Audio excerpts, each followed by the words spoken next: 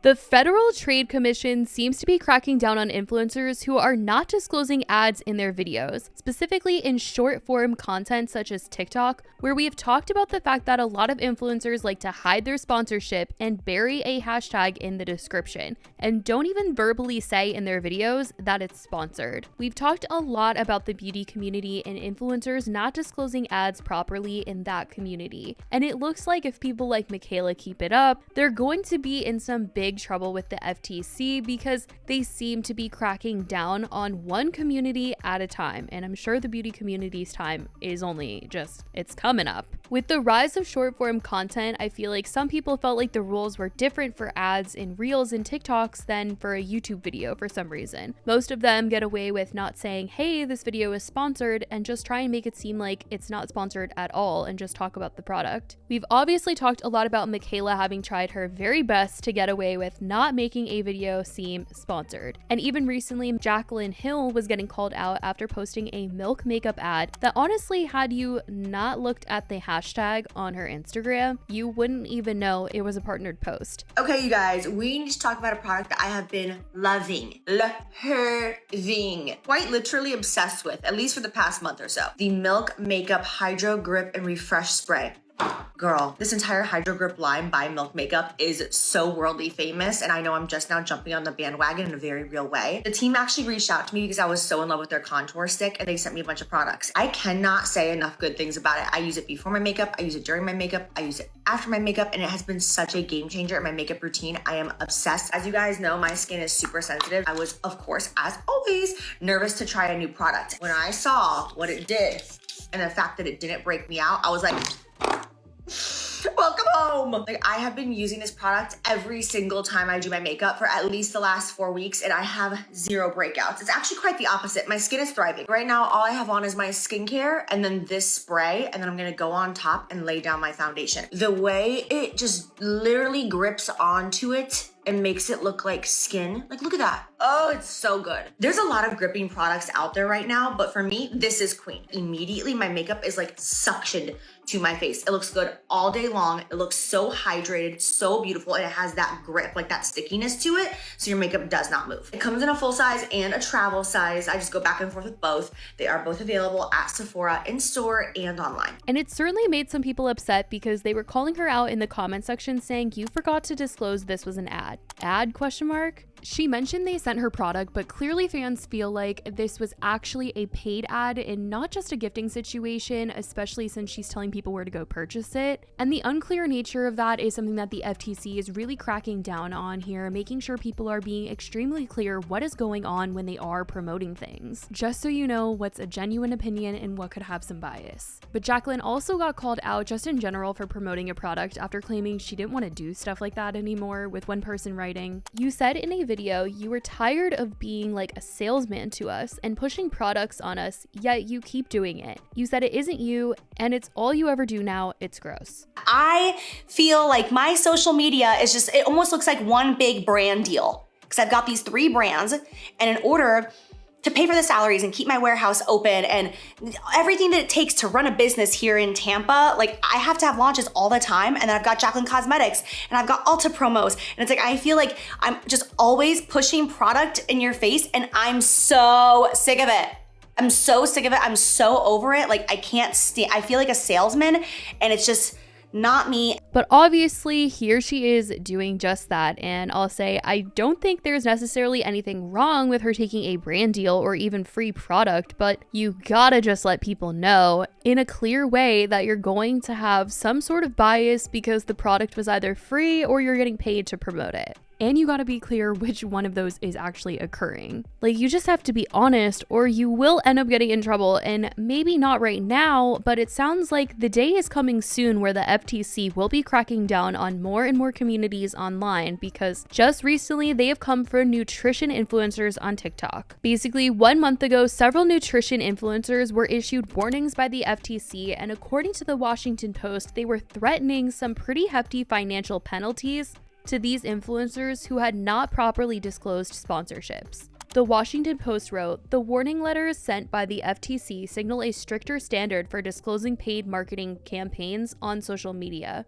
The agency called for creators to include disclosures within social media videos as well as in the descriptions alongside them. The FTC also instructed creators to clearly state the company or trade group funding their messages and not to rely solely on tagging companies or hashtags such as #ad in captions. Consumers should be able to notice the disclosure easily and not have to look for it, the FTC wrote in its warning letters. Disclosures should be presented without having to click. Several influencers in trouble ended up deleting the videos that got them in trouble in the first place and have made changes to their content since to make sponsored posts more clear to their audience. And I think this should serve as a warning to everyone online, consumers of content and creators, to just make sure that you're either disclosing properly or making sure the content you're consuming isn't someone trying to trick you into believing it's their genuine opinion when really there's a hidden partnership in the description. You would hope that everyone would just want to be honest and clear, but if they don't, they'll probably suffer the consequences at some point from the FTC, and the longer those trying to be slick with it continue to get away with it, I'm sure they'll either have to delete a lot of things on their page or they'll have a big bill to pay up when the FTC finally tracks them down, because according to the Washington Post in their reporting of this entire cracking down of the nutrition influencers, the FTC gave the influencers and trade groups 15 days to respond. The agency noted that future failures to comply with disclosure rules could result in fines of more than $50,000 for each violation. $50,000 for each violation. Like, that's a crazy amount of money. And imagine just how many times we've talked about people like Kayla not complying with the FTC in multiple videos. Like, that's a lot. Could be a seriously huge bill that all of these beauty community influencers could be facing if they don't start disclosing ads properly. The FTC says they are continuing to monitor influencer marketing, and it's the reason they keep making revisions to the guidelines for endorsements and testimonials. And they've stated that endorsements should be made known both visually and verbally if the platform the endorsement is occurring on is offering both visual and verbal content. The FTC has stated on their website that an influencer who is paid to endorse a vitamin product in their social media posts discloses their connection to the product's manufacturer only on the profile pages of their social media accounts. The disclosure is not clear and conspicuous because people seeing their paid posts could easily miss the disclosure. Assume now that the influencer discloses their connection to the manufacturer, but that in order to see the disclosures, consumers have to click on a link in the post labeled "Simply More." If the endorsement is visible without having to click on the link labeled "More," but the disclosure is not visible without doing so, then the disclosure is not unavoidable and thus is not clear and conspicuous. Assume now that the influencer relies solely upon a social media's platform's built-in disclosure tool for one of these posts. The disclosure appears in small white text. It is set against the light background of the image that the influencer posted.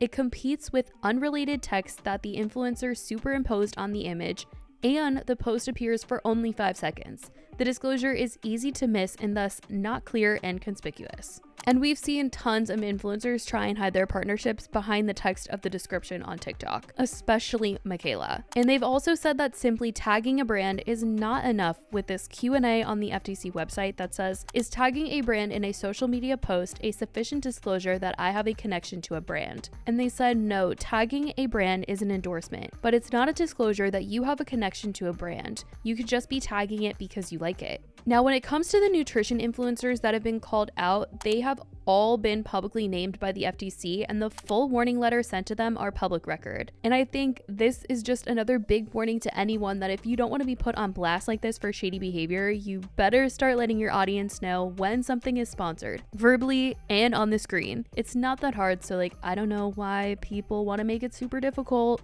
Now, when I was on the FTC website in the Q&A, people had asked things like if I was sponsored by a brand before, do I still have to say it's sponsored in another post, or will it be okay if I don't because my audience will know I worked with them before? And it's things like this that really confuse me because not everyone would have seen the first sponsored post or the second or the third. People could just be finding your content for the first time, and if you don't say that it's sponsored, they're just not gonna know. And I don't really know what's so wrong about letting people know that it's sponsored. If people are uncomfortable admitting to sponsorships, they shouldn't be taking them. It's just that simple. And I will say that these nutrition influencers who have been called out, I mean, they deserved the crackdown because it's just far worse, in my opinion, than simply not disclosing an ad. But to get paid to promote these ideals that they were, it's just insane, and very clearly why they were issued these warnings. They were literally out here getting paid to say things and give advice like letting children eat unlimited sweets and reassurance that aspartame, a common sugar substitute in diet sodas, is not unhealthy. And they were getting paid from big companies like American Beverage Association and the Canadian Sugar Institute. They were paying influencers that are dietitians and nutritionists to say these things. And that's so scary. Like, one, it's scary because they said yes to a sponsorship like this, but then it's also scarier because they weren't even disclosing that they were being paid to say what they were, and were willing to make it seem like these were their expert opinions or something, which is so dangerous and just crazy. And so it's good that the FTC is coming down on something like that and holding them accountable. But like I've been saying, I think them being held accountable is a warning to others to make sure that you're doing the right thing, or you'll be the next ones receiving a letter or a bill for $50,000 or multiple. But that's what's been going on recently in the influencer world. I want to know what you guys think about all of this in the comments. I love you guys so much, and I will talk to you in the next video. Bye, guys.